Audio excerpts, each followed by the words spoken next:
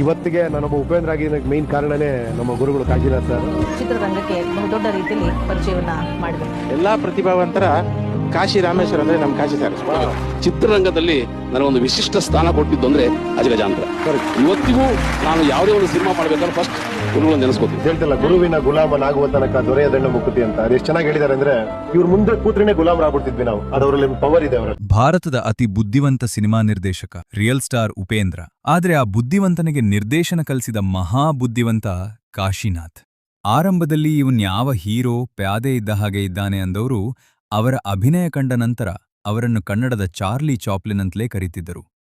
ಕನ್ನಡದಲ್ಲಿ 13, ಹಿಂದಿಯಲ್ಲಿ 2 ಹಾಗೂ ತೆಲುಗಿನಲ್ಲಿ 1 ಚಲನಚಿತ್ರದ ನಿರ್ದೇಶನ, ಕನ್ನಡದ 2 ಚಿತ್ರಗಳಿಗೆ ಸಂಭಾಷಣೆ, 3 ಚಿತ್ರಗಳಿಗೆ ಚಿತ್ರಗೀತೆ ರಚನೆ, ಕನ್ನಡ ಮತ್ತು ತೆಲುಗಿನ ತಲಾ 1 ಚಿತ್ರಕ್ಕೆ ಸಂಗೀತ ನಿರ್ದೇಶನ, ಕನ್ನಡದಲ್ಲಿ 36 ಚಿತ್ರದಲ್ಲಿ ಹಾಗೂ ತೆಲುಗಿನ 1 ಚಿತ್ರದಲ್ಲಿ ನಟನಾಗಿ ಅಭಿನಯ, ಹೀಗೆ ಕತೆ, ಚಿತ್ರಕತೆ, ಸಂಭಾಷಣೆ, ಸಾಹಿತ್ಯ, ಸಂಗೀತ, ನಟನೆ, ನಿರ್ದೇಶನ ಹಾಗೂ ನಿರ್ಮಾಣ ಎಲ್ಲದರಲ್ಲೂ ಒನ್ ಮ್ಯಾನ್ ಶೋ ನೀಡಿ ಸೈ ಎನಿಸಿಕೊಂಡ ಬಹುಮುಖ ಪ್ರತಿಭೆ ಕಾಶಿನಾಥ್ ಅವರ ಜೀವನವನ್ನು ಇವತ್ತಿನ ವಿಡಿಯೋದಲ್ಲಿ ವಿವರವಾಗಿ ತಿಳಿದುಕೊಳ್ಳೋಣ.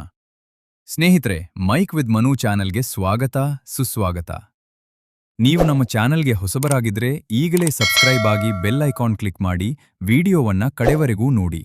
ಸಿನಿಮಾದವ್ರು ನಿಮ್ಗೆ ಗೊತ್ತಲ್ಲ, ಬಿದ್ರೆ ಕಲ್ಲು ಹೊಡಿತಾರೆ, ಗೆದ್ರೆ ಕಾಲಿಡಿತಾರೆ. ಜನರ ಮನಸ್ಸನ್ನು ಗೆಲ್ಲೋದು ಬಹಳ ಕಷ್ಟ ಇದೆ ಸರ್. ಜನಾರ್ದನ್ ಬೇಕಾದ್ರೆ ಮೆಚ್ಚಬಹುದು, ಆದ್ರೆ ಜನರು ಮಾತ್ರ ಮೆಚ್ಚಕ್ಕಾಗಲ್ಲ.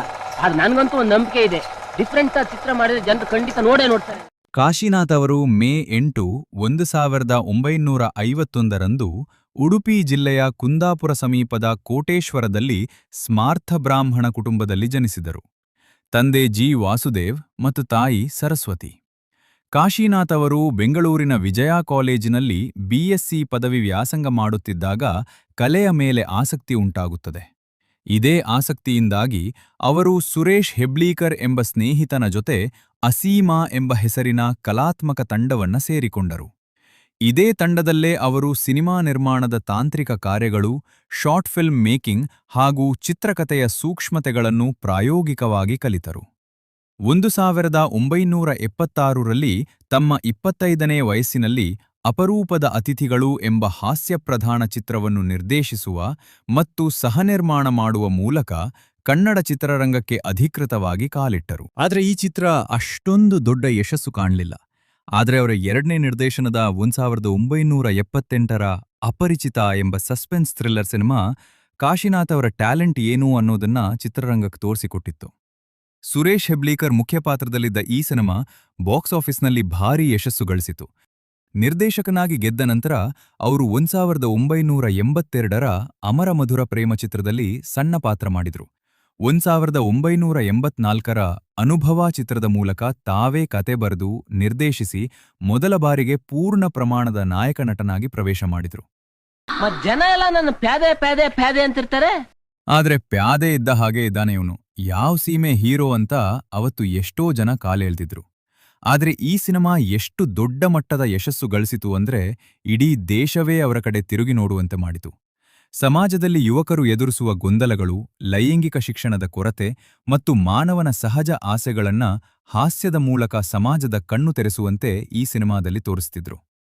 ಮುಂದೆ ಅವರು ಮಾಡಿದ ಬಹುತೇಕ ಸಿನಿಮಾಗಳು ಸಮಾಜದ ಮಡಿವಂತಿಕೆಯನ್ನ ಅಣಕಿಸ್ತಾ ಅಂದಿನ ಕಾಲಕ್ಕೆ ಯಾರೂ ಮುಟ್ಟದ ಕತೆಗಳನ್ನ ತೆರೆಯ ಮೇಲೆ ತರುವ ಪ್ರಯತ್ನಗಳಾಗಿದ್ದವು. ಅವರ ಸಿನಿಮಾಗಳು ಸಮಾಜದ ಮಡಿವಂತಿಕೆಗೆ ಧಕ್ಕೆ ತರುತ್ತಿವೆ ಎಂದು ಆಕ್ರೋಶಗೊಂಡ ಕೆಲವು ಉಗ್ರಗಾಮಿ ಮನಸ್ಥಿತಿಯ ಜನರು ಅವರಿಗೆ ದೈಹಿಕವಾಗಿ ಹಾನಿ ಮಾಡಲು ಮತ್ತು ಮುಖಕ್ಕೆ ಆಸಿಡ್ ಹಾಕಲು ಸಂಚು ರೂಪಿಸಿದ್ದರು ಹಾಗೂ ಬೆದರಿಕೆಗಳನ್ನು ಒಡ್ಡಿದ್ದರು.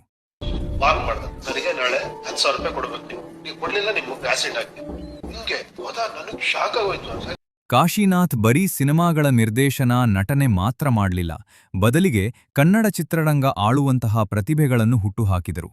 ಇಂದು ನಾವು ಚಿತ್ರರಂಗದ ಅತ್ಯದ್ಭುತ ಪ್ರತಿಭೆಯಾಗಿ ಗುರುತಿಸುವ ರಿಯಲ್ ಸ್ಟಾರ್ ಉಪೇಂದ್ರ ಅವರ ಗುರು ಇದೇ ಕಾಶಿನಾಥ್. ಅದು ಒಬ್ಬ ಶಿಲ್ಪಿಗೆ ಯಾವ ಕಲ್ಲಲ್ಲಿ ಕೆತ್ತಬಹುದು ಅಂತ ಅವ್ನು ಕಲ್ಲು ನೋಡಿದ್ರು ಗೊತ್ತಾಗುತ್ತೆ.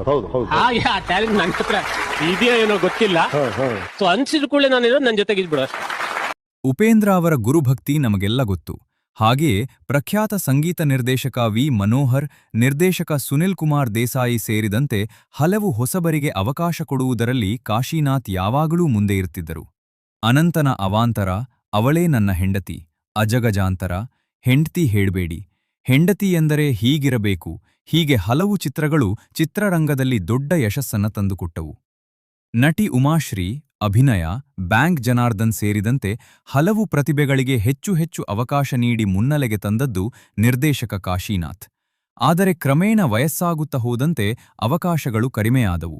ಲವ್ ಟ್ರೈನಿಂಗ್, ಸೂಪರ್ ಅಳಿಯ ಮುಂತಾದ ಚಿತ್ರಗಳು ಬಾಕ್ಸ್ ಆಫೀಸ್ನಲ್ಲಿ ನಿರೀಕ್ಷಿತ ಮಟ್ಟದಲ್ಲಿ ಕಲೆಕ್ಷನ್ ಮಾಡಲಿಲ್ಲ. ಅನಾರೋಗ್ಯದ ಕಾರಣಗಳಿಂದ ನಿರ್ದೇಶನದ ಕಡೆಗೂ ಗಮನ ಕೊಡಲಿಲ್ಲ. ಅವರ ಶಿಷ್ಯಂದಿರು ಸಿನಿಮಾ ರಂಗದಲ್ಲಿ ಗುರುವನ್ನೇ ಮೀರಿಸುವಷ್ಟು ಬೆಳೆದು ನಿಂತರು. ಇದರಿಂದಾಗಿ ಅವರು ಸಿನಿಮಾ ನಿರ್ದೇಶನ ಮಾಡೋದನ್ನು ಸಂಪೂರ್ಣವಾಗಿ ನಿಲ್ಲಿಸಿ ಕೇವಲ ಸಣ್ಣಪುಟ್ಟ ಪಾತ್ರಗಳಿಗೆ ಸೀಮಿತವಾಗಬೇಕಾಯಿತು.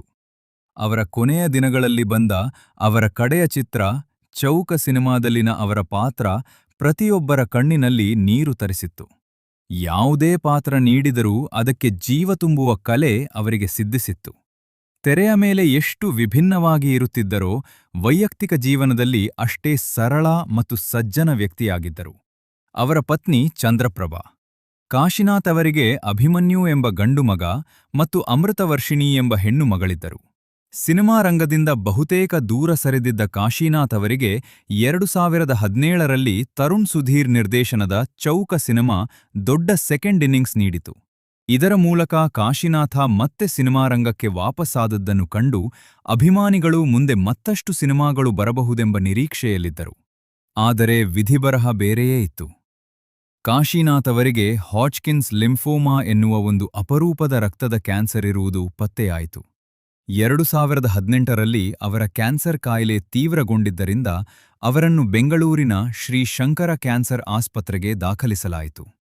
ಆಸ್ಪತ್ರೆಗೆ ದಾಖಲಾದ ಕೇವಲ 2 ದಿನಗಳಲ್ಲಿ ಜ್ವರ ಮತ್ತು ಉಸಿರಾಟದ ತೊಂದರೆ ಹೆಚ್ಚಾಗಿ 2018ರ ಜನವರಿ 18ರಂದು ಬೆಳಗಿನ ಜಾವ 7:45 ಹೃದಯಾಘಾತದಿಂದ ಅವರು ಕೊನೆಯುಸಿರೆಳೆದರು.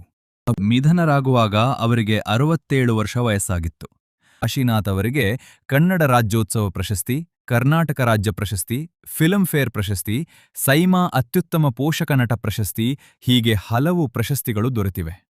ದೈಹಿಕವಾಗಿ ಅಗಲಿದರೂ ಕೂಡ ಕಲಾಭಿಮಾನಿಗಳ ಹೃದಯದಲ್ಲಿ ಅವರು ಸದಾ ಜೀವಂತವಾಗಿದ್ದಾರೆ. ಕಾಶಿನಾಥ್ ಅವರ ಸಿನಿಮಾಗಳಲ್ಲಿ ನಿಮಗೆ ಅತ್ಯಂತ ಇಷ್ಟವಾದ ಸಿನಿಮಾ ಯಾವುದು ಎಂಬುದನ್ನ ಕೆಳಗೆ ಕಮೆಂಟ್ ಮಾಡಿ ತಿಳಿಸಿ. ಈ ವಿಡಿಯೋ ಇಷ್ಟವಾಗಿದ್ದರೆ ಲೈಕ್ ಮಾಡಿ, ನಿಮ್ಮ ಸ್ನೇಹಿತರೊಂದಿಗೆ ಶೇರ್ ಮಾಡಿ. ಇಂಥದ್ದೇ ರೋಚಕ ಸಿನಿ ಪ್ರಯಾಣದ ಕಥೆಗಳಿಗಾಗಿ ನಮ್ಮ ಚಾನೆಲ್ಗೆ ಈಗಲೇ ಸಬ್ಸ್ಕ್ರೈಬ್ ಆಗಿ. ಮುಂದಿನ ವಿಡಿಯೋದಲ್ಲಿ ಸಿಗೋಣ. ಧನ್ಯವಾದಗಳು. ನಿಮ್ಮ ಡೈರೆಕ್ಟರ್ ಕಿತ್ತೋಗ್ತಾರತ್ತೀನ್ರಿ. ಕಿತ್ತೋಗಿರತ್ತೆ ತಂದ್ಕೊಬಿಡ್ಯಾರ ಸರ್. ಲೋ ಬಜೆಟ್ ಪಿಕ್ಚರ್, ಸ್ವಲ್ಪ ಅಡ್ಜಸ್ಟ್ ಮಾಡ್ಕೊಳ್ಳೋದು. ಜೀವಮಾನ ಎಲ್ಲ ಬರೀ ಲೋ ಬಜೆಟ್ ಫಿಲ್ಮ್ ಅಡ್ಜಸ್ಟ್ ಮಾಡ್ಕೊಳ್ಳೋದೇ ಆಗೋಯ್ತು.